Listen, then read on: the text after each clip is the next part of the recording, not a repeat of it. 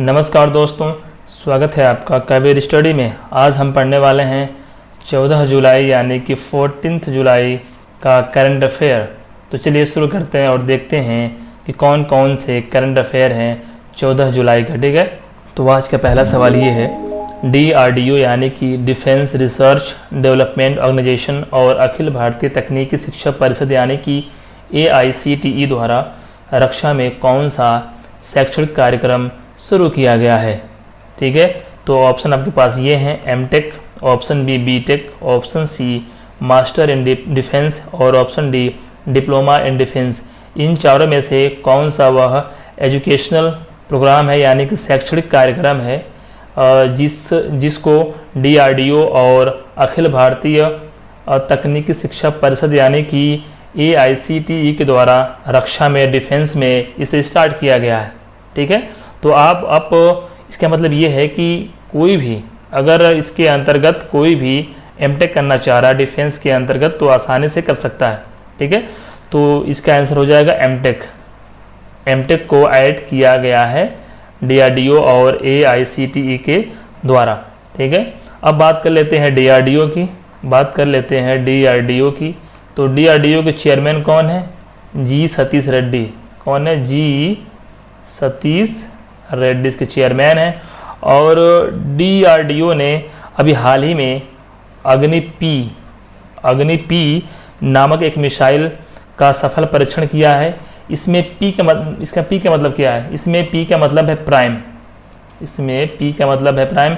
यानी कि इसका नाम हो जाएगा आपका अग्नि प्राइम मिसाइल, जिसका हाल ही में DRDO ने सफल परीक्षण किया है। और इसकी जो मारक क्षमता है, किसी भी मिसाइल का जो मारक क्षमता है वो एग्जाम में पूछता है। तो अग्नि पी यानी कि अग्नि प्राइम का जो मिसाइल है, जो मारक क्षमता है ये है आपका 1000 से लेकर 2000 तक। ठीक, इसकी मारक क्षमता है। ठीक है, और DRDO ने आर्टिफिशियल इंटेलिजेंट पर आधारित एक एल्गोरिदम को तैयार किया है। किसके लिए? चेस्ट एक्सरे के लिए इस एल्गोरिदम को तैयार किया है। इसको चेस्ट एक्सरे है, इसको हो जाने के बाद हम ये मालूम कर सकते हैं कि किसी व्यक्ति को कोविड-19 डिजीज़ है या नहीं। ठीक है, तो आर्टिफिशियल इंटेलिजेंस पर आधारित एल्गोरिदम तैयार किया है किसने? DRDO ने। किसके लिए? चेस्ट एक्सरे के लिए। और इससे हम मालूम कर सकते हैं कि कोविड-19 किसी व्यक्ति को है या नहीं। ठीक है, और जो कोविड-19 है, जो DRDO है, यह कोविड की टेस्टिंग के लिए एक डिप कोवन टेस्टिंग किट बनाया है। उसका नाम क्या है? डिप कोवन। ठीक है, डिप कोवन टेस्टिंग किट को बनाया है जांच करने के लिए। किसका? कोविड का। यानी कि DRDO ने कोविड-19 डिजीज़ का जांच करने की टेस्ट करने के लिए डिप कोवन नामक टेस्टिंग किट को बनाया है। ठीक है, और देख लेते हैं इसके अंतर्गत क्या क्या चीज़ें आती हैं। और DRDO ने एक दवाई बनाई है कोविड-19 के लिए। DRDO ने एक दवाई बनाई है कोविड-19 के लिए। इसका नाम है 2DG यानी कि इसका नाम हो जाएगा 2DG। इसका नाम है 2-डीऑक्सी डी ग्लूकोज। ठीक, 2-डीऑक्सी डी ग्लूकोज इसका इस दवाई का नाम है। ठीक है, और DRDO ने एक और काम किया है। DRDO ने एक पाइथन 5 मिसाइल का परीक्षण किया है। पाइथन 5 मिसाइल का भी परीक्षण किया है। ये जो पाइथन 5 मिसाइल है, यह हवा में मारने वाली मिसाइल है, यानी कि एयर टू एयर में मार करने वाली मिसाइल। इसका नाम है पाइथन 5 मिसाइल। इसका परीक्षण किया है किसने? DRDO ने। नेक्स्ट है कि प्रेगनेंसी बाइबल पुस्तक किसने लिखी है? ऑप्शन आपके पास ये है, Kareena Kapoor, option B Geeta Basra, option C कल्की कोचलिन, और ऑप्शन डी अनुष्का शर्मा। तो प्रेगनेंसी बाइबल पुस्तक ये लिखा है करीना कपूर ने। करीना कपूर ने लिखा है प्रेगनेंसी बाइबल। ठीक है, इसमें जो महिलाएं हैं, जो महिलाएं प्रेग्नेंट हैं, उनके बारे में बताई गई है कि वो कैसे अपने आने वाले बच्चे की देखरेख कर सकते हैं, अपने जो हेल्थ है उसमें कैसे सुधार कर सकती हैं और डिलीवरी के टाइम वो कैसे रह सकती हैं। तो इसके बारे में पूरी डिटेल से बताया गया है इस बुक में। इसका नाम है प्रेगनेंसी बाइबल, इसको लिखा है करीना कपूर ने। आगे देखते हैं कि सरकार ने ऑफ़र फॉर सेल यानी कि OFS के माध्यम से NMDC लिमिटेड में कितने प्रतिशत हिस्सेदारी बेचने का फैसला किया है। अब ये NMDC क्या है? NMDC क्या है? तो NMDC का फुल फॉर्म है नेशनल मिनरल डेवलपमेंट कॉरपोरेशन। ठीक है, national mineral development corporation limited. ठीक है, तो सवाल ये है कि सरकार ने ऑफर फॉर सेल के माध्यम से national mineral development corporation limited यानी कि NMDC लिमिटेड में कितने प्रतिशत हिस्सेदारी बेचने का फैसला किया है। तो इसका आंसर हो जाएगा 4%। तो 4% हिस्सेदारी बेचने का फैसला किया है। ठीक है, और जो यह NMDC है यानी कि national mineral development corporation limited NMDC है, यह किस मिनिस्ट्री के अधीन आता है? यह किस मिनिस्ट्री के अधीन आता है? तो ये आता है मिनिस्ट्री ऑफ स्टील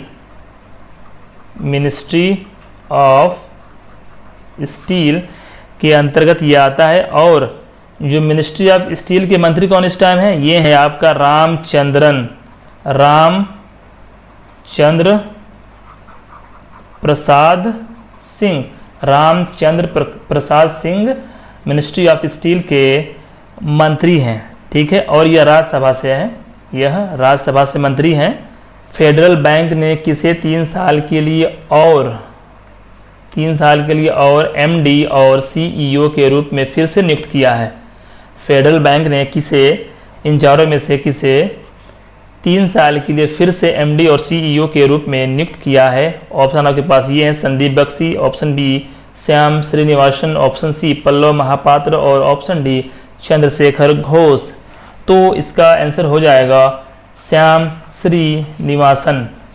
श्रीनिवासन जो हैं फेडरल बैंक के MD और CEO थे और इन्हें पुनः और 3 वर्षों के लिए MD और CEO नियुक्त कर दिया गया है। ठीक है, और जो फेडरल बैंक है, यह जो फेडरल बैंक है इसका हेडक्वार्टर कहाँ पे? इसका हेडक्वार्टर है कोची कहाँ पे? कोची है केरला। ठीक है, केरला में कोची है, तो इसका हेडक्वार्टर है फेडरल बैंक का कोची में। ठीक है, और फेडरल बैंक ने बच्चों के लिए जिनकी उम्र 18 वर्ष से कम है उनके लिए एक सेविंग अकाउंट ओपन किया है। ठीक है, इसका नाम है फेड फर्स्ट, ठीक है, फेड फर्स्ट एक बच्चों के लिए सेविंग अकाउंट है। ठीक है, जिसको स्टार्ट किया है किसने? फेडरल बैंक ने। आगे देखते हैं, किस संगठन ने हाल ही में toward 2050 living in harmony with nature theme पर केंद्रित विविधता पर एक सम्मेलन आयोजित किया था। ठीक है, ये जो संगठन है और इसका मतलब क्या है? ये जो toward 2050 living in harmony with nature, इसका मतलब क्या है कि जो हम कोई भी नेचर है, प्रकृति की जो चीज़ें हैं उसको हम हार्मोनी बना कर रखें, उनको बचा कर रखें, उनका देखभाल करें। तो इसके लिए एक सम्मेलन का आयोजन किया गया था। ठीक है, तो 21 संगठन ने किया था, 21 संगठन ने किया था। ऑप्शन आपके पास ये ASEAN, option B BRICS, option C G20 और ऑप्शन डी सार्क। तो इसको किया था किसने? आसियान संगठन ने इस सम्मेलन का आयोजन किया था। इसका थीम क्या है? Toward 2050 living in harmony with nature. ठीक है, और जो आसियान है इसमें 10 कंट्री आते हैं। आसियान में 10 कंट्री आते हैं। कौन कौन आते हैं? म्यांमार, ठीक, म्यांमार हो गया आपका, थाईलैंड, कंबोडिया, वियतनाम, लाओस, उसके बाद इंडोनेशिया, सिंगापुर, उसके बाद ब्रुनेई, और एक फिलीपींस है, और एक लाओस। ठीक, तो ये 10 कंट्री आपके हैं। और किसमें? आसियान में। आसियान के हेडक्वार्टर कहाँ पे? आसियान का हेडक्वार्टर है जकार्ता में। आसियान का हेडक्वार्टर है जकार्ता, इंडोनेशिया में। और यहाँ पर एक संगठन दिखाई दे रहा है आपको, ब्रिक्स। ठीक, ब्रिक्स। तो ब्रिक्स का हेडक्वार्टर कहीं पे नहीं है, लेकिन ब्रिक्स का एक बैंक है जिसका नाम है new development bank. New development bank, और इसका हेडक्वार्टर आपका है संघई में। संघई यानी कि चाइना में ब्रिक्स का जो बैंक है, न्यू डेवलपमेंट बैंक, इसका हेडक्वार्टर है। और G20 जो समिट हुआ था अभी, G20 का जो समिट 2021 में हुआ था, कहाँ पे हुआ था? ये हुआ था इटली में। 2022 का होगा G20 समिट इंडोनेशिया में। और 2023 का जो G20 समिट होगा ये होगा आपका इंडिया में। ठीक है, तो G20 समिट के बारे में ये है। और SAARC, South Asian Association Regional Corporation, ठीक है, इसमें 8 कंट्री आते हैं। इसमें 8 कंट्री आते हैं। तो सार्क का हेडक्वार्टर कहाँ पे? इसका हेडक्वार्टर है काठमांडू में। इसका हेडक्वार्टर है काठमांडू, जो कि है नेपाल में। और एक और है G7, एक और है G7, एक है आपका G7। ठीक है, G7 जो समिट हुआ था इस साल 2021 में हुआ था, ये आपका कॉर्नवाल में। कॉर्नवाल जो पड़ता है आपका इंग्लैंड में। यानी कि G7 समिट का जो 2021 का आयोजन हुआ था, ये हुआ था कॉर्नवाल, इंग्लैंड में। ठीक है, आमिर खान की किस फिल्म को हाल ही में national film archives of India यानी कि NFAI के संग्रह में शामिल किया गया है? तो ये आमिर खान की कौन सी फिल्म है? तो ऑप्शन आपके पास ये है PK, ऑप्शन बी तारे ज़मीं पर, ऑप्शन सी दंगल, और ऑप्शन डी 3 इडियट्स। ये चारों पिक्चर काफ़ी अच्छे हैं। अगर आप लोगों ने इसे नहीं देखा है तो मैं रिकमेंड करूँगा आप लोग इसे देख सकते हैं। ठीक है, तो इस कौन से पिक्चर इसमें संग्रह में शामिल किया गया है? तो ये है आपका PK को इस संग्रह में शामिल किया गया है। किसमें? National film archives of India यानी कि NFAI में शामिल किया गया है। ठीक है, और PK कब आया था? PK आया था दिसंबर 2014 में। PK दिसंबर 2014 में इसको लॉन्च किया गया था, इस मूवी को।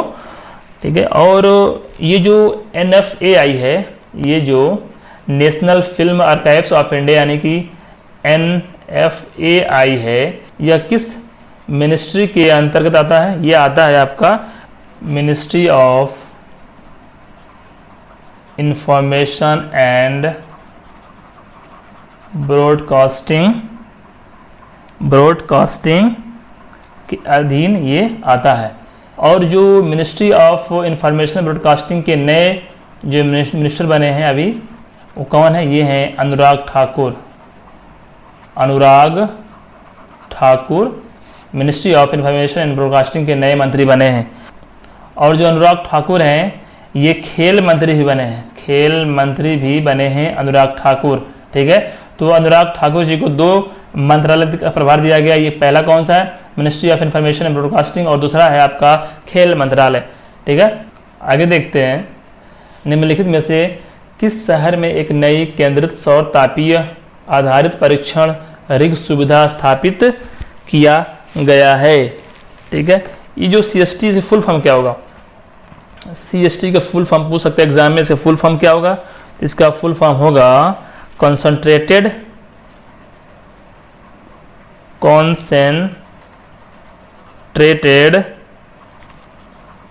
Solar thermal test rig. CST यानी कि concentrated solar thermal test rig इसका फुल फॉर्म है। और इसका जो हेडक्वार्टर है ये कहाँ पे है? इसका हेडक्वार्टर है आपका हैदराबाद। इसका हेडक्वार्टर हैदराबाद यानी कि तेलंगाना में इसका हेडक्वार्टर है। और जो ये CST है यह किस मंत्रालय के अधीन आता है? CST है यह किस मंत्रालय के अधीन आता है? तो ये आता है आपका ministry of science and technology. Ministry of science and technology. ठीक है, इसके अंतर्गत ये आता है। ठीक है। तो इसका आंसर क्या हो जाएगा? इसका आंसर हो जाएगा आपका हैदराबाद। हैदराबाद, हैदराबाद इसका आंसर हो जाएगा। और इसका हेडक्वार्टर भी कहाँ पड़ता है? हैदराबाद में पड़ता है। और किस मंत्रालय में आता है? ये आता है ministry of science and technology के मंत्रालय के अधीन ये काम करता है। अब बात कर लेते हैं हैदराबाद। तो हैदराबाद एग्ज़ाम के पॉइंट ऑफ व्यू से काफ़ी महत्वपूर्ण है, क्योंकि हैदराबाद से काफ़ी सवाल बनते हैं। जो तेलंगाना की राजधानी है हैदराबाद, यहाँ से काफ़ी सवाल आते हैं। जैसे कि जो कुछ जो जूलॉजिकल पार्क्स हैं, एक दो वहाँ पे हैं, और आईआईटी जो हैदराबाद, इसके बारे में सवाल बनता है। तो बात करते हैं हम लोग हैदराबाद की, बात करते हैं हम लोग हैदराबाद की, बात कर लेते हैं। तो हैदराबाद में एक इम्पॉर्टेंट प्लेस है, उसका नाम है Nehru zoological park. Nehru zoological park कहाँ पे है? ये हैदराबाद में है। ये काफ़ी न्यूज़ में था, एग्ज़ाम में आ सकता है कि नेहरू जूलॉजिकल पार्क कहाँ पे है। तो ये है आपका हैदराबाद में। और जो आईआईटी हैदराबाद है, जो आईआईटी हैदराबाद है, इन्होंने एक प्रोडक्ट को बनाया है, इन्होंने एक प्रोडक्ट को बनाया है, उसका नाम है क्या? दुरोकिया। क्या नाम है? दुरोकिया। दुरोकिया, इस प्रोडक्ट का नाम क्या है? दुरोकिया। और हैदराबाद में चार मीनार है, हैदराबाद में चार मीनार है। हैदराबाद में एक लेक है, उस लेक का क्या नाम है? हुसैन सागर लेक। हुसैन सागर लेक उस लेक का नाम है। और यहाँ पर आप लोगों ने नाम सुना होगा उसका, Ramoji film city. Ramoji film city Hyderabad में ही है। कहाँ पे है? और एक चौ मोहल्ला पैलेस है, चौ मोहल्ला एक पैलेस है हैदराबाद में, ठीक।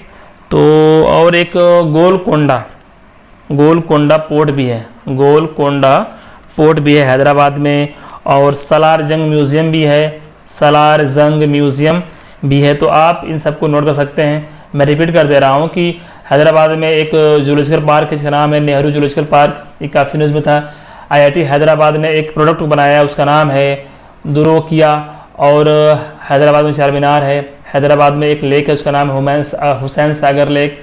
हैदराबाद में गोलकोंडा भी है, रामजी फिल्म सिटी भी है, चौ मोहल्ला पैलेस भी है, और सलार जंग म्यूज़ियम भी हैदराबाद में ही है, ठीक है। तो आप इतना याद कर सकते हैं। और एक और है मक्का मस्जिद, और एक है मक्का मस्जिद भी हैदराबाद में है, ठीक है। आगे देखते हैं हम लोग। पूर्व केंद्रीय सूचना और प्रसारण मंत्री प्रकाश जावड़ेकर ने कांस फिल्म फेस्टिवल के किस संस्करण में वर्चुअल यानी कि digital online virtual India pavilion का उद्घाटन किया, ठीक है। तो ऑप्शन आपके पास ही है 71वें, 72वें, 73वें और 74वें। तो इसका आंसर हो जाएगा आपका क्या? इसका हो जाएगा आंसर 74वें। और ये जो कांस फिल्म फेस्टिवल है ये कहाँ होता है? ये होता है आपका फ्रांस में। कांस फिल्म फेस्टिवल कहाँ पे होता है? ये होता है फ्रांस में। नेक्स्ट है कि गोताखोरों ने किस देश के एक प्रदूषित लगून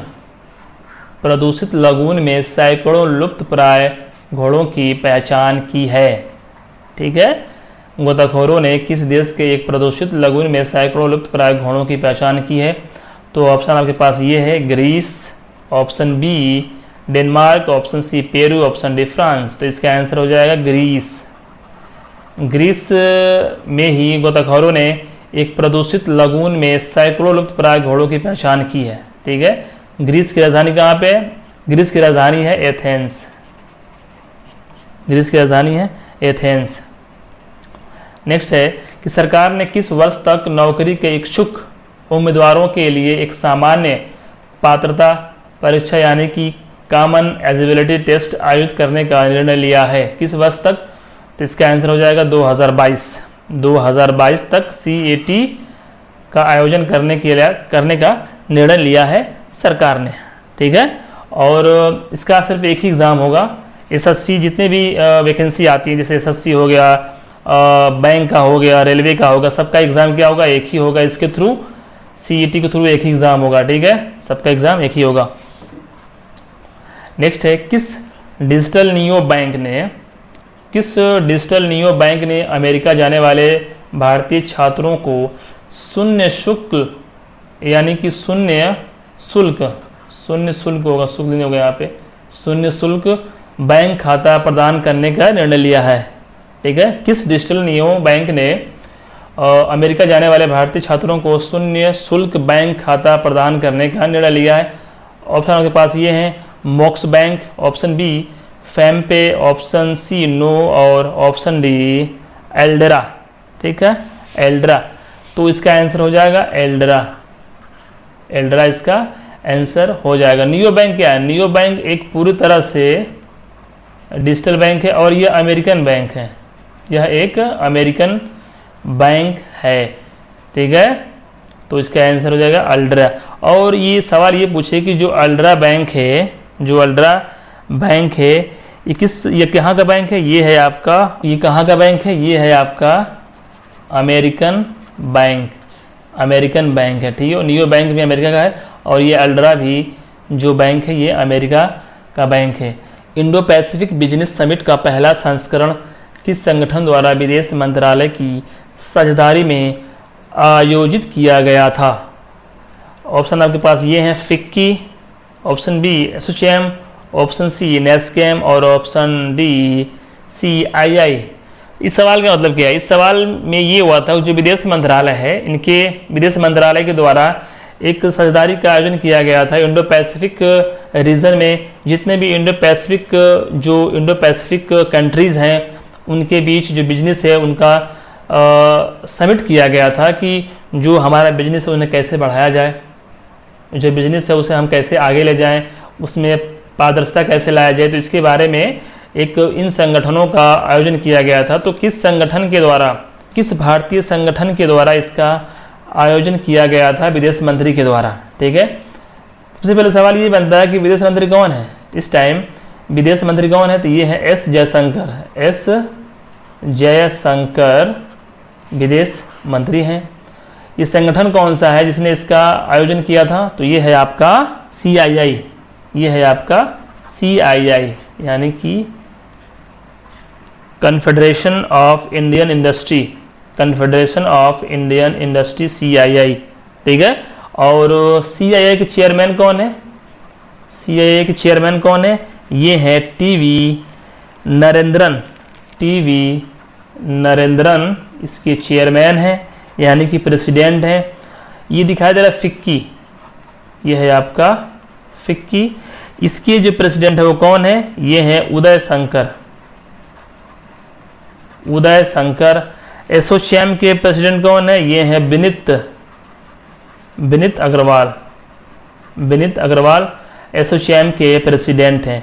एक और है यहाँ पे नेस्कैम के जो प्रेसिडेंट है ये है आपका रेखा मेनन। आई रिपीट, जो फिक्की के प्रेसिडेंट है ये है उदय शंकर, एसोचैम के प्रेसिडेंट है विनीत अग्रवाल और नेस्कैम के प्रेसिडेंट है आपका रेखा मेनन। ये पहली महिला नेस्कैम की चेयरमैन या प्रेसिडेंट बनी हैं। और CII यानी कि कन्फेडरेशन ऑफ इंडियन इंडस्ट्री के चेयरमैन कौन बने हैं? ये है TV नरेंद्रन। ठीक है, इन सबको आप याद कर सकते हैं, यहाँ सवाल आता है एग्जाम में। आगे देखते हैं कि केशव दत्त जिनका हाल ही में निधन हो गया किस खेल से संबंधित थे? तो केशव देश कहाँ के थे? केशव दत्त थे ये वेस्ट बंगाल यानी कि पश्चिम बंगाल के। और यह किस खेल से संबंधित थे? तो इनका खेल संबंधित था हॉकी से संबंधित थे केशव दत्त। जब आप लोग जानते होंगे कि भारत की जो हॉकी टीम थी ये बहुत साल पहले काफ़ी मजबूत टीम थी, तो ये उसी हॉकी टीम के एक खिलाड़ी थे। और जिस टीम में ये थे उस टाइम 2 ओलंपिक हुआ था, एक हुआ था 1948 और एक हुआ था 1952। जो 1948 का जो ओलंपिक हुआ था ये हुआ था आपका लंदन में, और 1952 का जो ओलंपिक हुआ था ये हुआ था आपका हेलसिंकी जो कि नॉर्वे की राजधानी है। ठीक है, तो 2 ओलंपिक हुए थे और इन दोनों में केशव दत्त जो एक हॉकी प्लेयर हैं, इन दोनों में इन्होंने खेला था। और हॉकी टीम जो इंडिया की हॉकी टीम है इन्होंने गोल्ड मेडल लाया था। ठीक है, तो ये काफ़ी एक महत्वपूर्ण खिलाड़ी थे उस टाइम के केशव दत्त वेस्ट बंगाल के थे और यहाँ की से संबंधित थे। एग्जाम में पक्का आएगा, किसी न किसी एग्जाम में ये पक्का सवाल आएगा। यहाँ पर कुछ देख लेते हैं कैबिनेट जो रिसफल हुआ था, जो नए नए मंत्री बने थे और जो कुछ मंत्रियों का इस्तीफा कुछ मंत्रियों ने अपना इस्तीफा दिया था, तो उनके बारे में देख लेते हैं। आगे आने वाले वीडियो में मैं इन जो मंत्री नए नए बने हैं उनका नाम लेते रहूँगा ताकि आप आसानी से उनको याद कर सकें। ठीक है, जो अगर आप किसी भी मंत्री का नाम याद करें या मंत्रालय का जो मंत्री है उनका नाम याद करें, तो सबसे पहले आप ये जानें कि वो किस मंत्रालय से संबंधित हैं और उनकी संसदीय क्षेत्र क्या है, उनका संसदीय क्षेत्र क्या है। तो बात करते हैं राजनाथ सिंह की। तो राजनाथ सिंह रक्षा मंत्री थे और हैं भी, और इनका जो संसदीय क्षेत्र है ये है आपका लखनऊ। और अमित शाह ये पहले गृह मंत्री थे और अभी गृह मंत्री ही हैं, और इनका जो संसदीय क्षेत्र है ये है आपका गांधीनगर। और इनको एक और प्रभार दे दिया गया है सहकारिता, ये मंत्री बन गए हैं। ठीक है, और ये है नितिन जयराम गडकरी, ये पहले भी सड़क परिवहन और राज्य मंत्री थे और अब भी यह सड़क परिवहन और राज्य मंत्री हैं। बस इनका जो मंत्रालय था उस समय MSME इनसे छीन लिया गया है या इनसे हटा दिया गया है। ठीक है, तो अभी फिलहाल यह जो नितिन गडकरी साहब हैं ये सड़क परिवहन और राज्य मंत्री ही हैं। अब बात करते हैं निर्मला सीतारमण। इससे पहले हम जान लें कि नितिन गडकरी साहब जी का ये आपका जो संसदीय क्षेत्र है ये कौन सा है, ये है आपका नागपुर। और निर्मला सीतारमण जो है ये है वित्त मंत्री और कारपोरेट मामलों के मंत्री हैं। और निर्मला सीतारमण का जो ये राज्यसभा से हैं, यह राज्यसभा से मंत्री हैं। ये है नरेंद्र सिंह तोमर का जो संसदीय क्षेत्र है ये है आपका मुरैना और यह कृषि एवं किसान कल्याण मंत्री हैं। डॉक्टर सुब्रमण्यम जयशंकर यानी कि S जयशंकर ये विदेश मंत्री हैं और यह कहाँ से आते हैं, ये आते हैं आपका राज्यसभा से, ये भी आते हैं आपके राज्यसभा से। बात करते हैं अर्जुन मुंडा का। अर्जुन मुंडा कहाँ के हैं, अर्जुन मुंडा का जो संसदीय क्षेत्र है ये है आपका खुंटिया और यह जनजातीय मामलों के मंत्री हैं। बात करते हैं स्मृति ईरानी की बात करते हैं। इनका जो क्षेत्र है ये है अमेठी से और ये है आपका महिला एवं बाल विकास मंत्री, ये हैं महिला और बाल विकास मंत्री से। और इनके पास एक और प्रभार था, उसका नाम था टेक्सटाइल मिनिस्ट्री इनसे छीन लिया गया है। बस इनके पास एक महिला एवं बाल विकास मंत्रालय का प्रभार है। अब बात करते हैं पीयूष गोयल। ये जो है ये राज्यसभा से हैं। पीयूष गोयल कहाँ से हैं, राज्यसभा से आते हैं और ये मंत्री हैं वाणिज्य और उद्योग मंत्री के, उपभोक्ता मामलों के और खाद्य और सार्वजनिक वितरण और कपड़ा मंत्री कौन बने हैं, पीयूष गोयल। ठीक है, बात करते हैं धर्मेंद्र प्रधान जी का। तो ये काफ़ी महत्वपूर्ण है। धर्मेंद्र प्रधान जी बने हैं शिक्षा मंत्री और कौशल विकास उद्यमिता मंत्री। ठीक है, कौशल विकास उद्यमिता मंत्री और शिक्षा मंत्री बने हैं। और ये जो धर्मेंद्र प्रधान है ये आते हैं कहाँ से, ये आते हैं राज्यसभा से, ये भी आते हैं राज्यसभा से। ये हैं प्रहलाद जोशी आते हैं धारवाड़ से। और इनका जो मंत्रालय है ये है संसदीय कार्य मंत्री, कोयला मंत्री और खान मंत्री। ठीक है, प्रहलाद जोशी। बात करते हैं नारायण तातू राणे, इनको मिला है सूक्ष्म लघु और मध्यम यानी कि MSME मंत्रालय। इससे पहले जो MSME मंत्रालय था ये था आपका नितिन गडकरी जी के पास, उनसे ले लिया गया है। तो नए मंत्री बने हैं MSME के नारायण तातू राणे, ये एग्जाम में आ सकता है। ठीक है, और यह राज्यसभा से आते हैं। मंत्री जो है वो 3 तरह से आ सकते हैं, एक राज्यसभा से, एक लोकसभा से और एक स्वतंत्र जो बाहर से आते हैं। जो बाहर से आते हैं उनको 6 महीने के अंतर्गत इन दोनों का मेंबर बनना जरूरी हो जाता है उनके लिए। ठीक है, अगर नहीं बन पाते हैं तो उनको अपने पद से इस्तीफा देना पड़ सकता है। तो कोई भी मंत्री जब मंत्री बनता है तो वह राज्यसभा या लोकसभा का मेंबर उसे होना ही चाहिए। ठीक है, अब बात करते हैं सर्वदानंद सोनवाल, ये राज्यसभा से आएंगे और इनको मिला है मंत्रालय बंदरगाह, जहाजरानी, जल मार्ग मंत्री और आयुष मंत्री। ये महत्वपूर्ण है। आयुष मंत्रालय किसे मिला है? सर्बानंद सोनोवाल को मिला है। अब बात करते हैं मुख्तार अब्बास नकवी। मुख्तार अब्बास नकवी जो हैं, इनका जो मंत्रालय ये है अल्पसंख्यक मामलों के मंत्री, ये पहले भी थे अल्पसंख्यक मामलों के मंत्री और अब भी हैं। अब बात करते हैं वीरेंद्र कुमार, ये महत्वपूर्ण है। वीरेंद्र कुमार सामाजिक न्याय और अधिकारिता मंत्री ये बने हैं। सामाजिक न्याय और अधिकारिता मंत्री कौन बने हैं? वीरेंद्र कुमार। और ये आते हैं टीकमगढ़ से, ये आते हैं टीकमगढ़ से, ठीक है। बात करते हैं गिरिराज सिंह। गिरिराज सिंह कहाँ से आते हैं? गिरिराज सिंह आते हैं बेगूसराय से, ये हैं ग्रामीण विकास मंत्री और पंचायती राज मंत्री। बात करते हैं ज्योतिरादित्य राम सिंधिया की, ये बने हैं नागरिक उड्डयन मंत्री और ये आते हैं राज्यसभा से। बात करते हैं रामचंद्रन प्रसाद सिंह की, तो ये है आपका इस्पात मंत्री। इस्पात मंत्री कौन बना है? रामचंद्र प्रसाद सिंह। और ये कहाँ से आते हैं? ये भी आते हैं राज्यसभा से, ठीक है। अश्विनी वैष्णव, ये काफ़ी पढ़े लिखे मंत्री हैं और ये है रेल मंत्री, संचार मंत्री और इलेक्ट्रॉनिक सूचना प्रौद्योगिकी मंत्री बने हैं आप कौन? अश्विनी वैष्णव।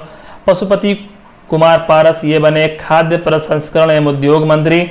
और गजेंद्र सिंह शेखावत, ये महत्वपूर्ण है, ये हैं जल शक्ति मंत्री।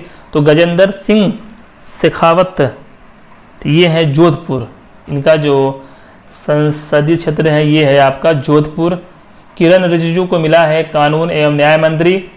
और राजकुमार सिंह विद्युत मंत्री, ठीक है। राजकुमार सिंह, RK सिंह बोलते हैं इनको, अब विद्युत मंत्री और ऊर्जा मंत्री बने हैं। और हरदीप सिंह पुरी, ये महत्वपूर्ण है, पेट्रोलियम और प्राकृतिक गैस मंत्री, आवास और शहरी मामलों के मंत्री कौन है? हरदीप सिंह पुरी। और ये राज्यसभा से आते हैं, कहाँ से आते हैं? राज्यसभा से। मनसुख मांडविया, ये महत्वपूर्ण है, ये बने हैं स्वास्थ्य और परिवार कल्याण मंत्री। इससे पहले स्वास्थ्य और परिवार कल्याण मंत्री कौन थे? हर्षवर्धन थे। तो उनका इस्तीफा, उन्होंने अपना इस्तीफा दे दिया और ये बने हैं, तो उन्होंने अपना इस्तीफा दे दिया और अब बने हैं नए मंत्री मनसुख मांडविया बने हैं स्वास्थ्य और परिवार कल्याण मंत्री और रसायन और उर्वरक मंत्री।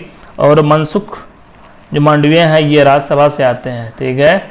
और भूपेंद्र यादव की बात कर देते हैं। भूपेंद्र यादव जो हैं ये पर्यावरण वन और जलवायु मंत्री बने हैं। श्रम रोजगार के मंत्री बने हैं कौन?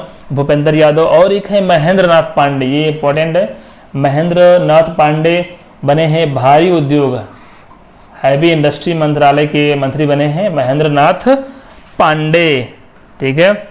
बात करते हैं पुरुषोत्तम रूपाला, ये भी महत्वपूर्ण है। पुरुषोत्तम रूपाला बने हैं मत्स्य पालन और पशुपालन और डेयरी मंत्री, ठीक है। पुरुषोत्तम रूपाला, ठीक है। अब ये देख लेते हैं जी किशन रेड्डी, ये बने हैं संस्कृति मंत्री, पर्यटन मंत्री और पूर्वोत्तर क्षेत्र के विकास मंत्री।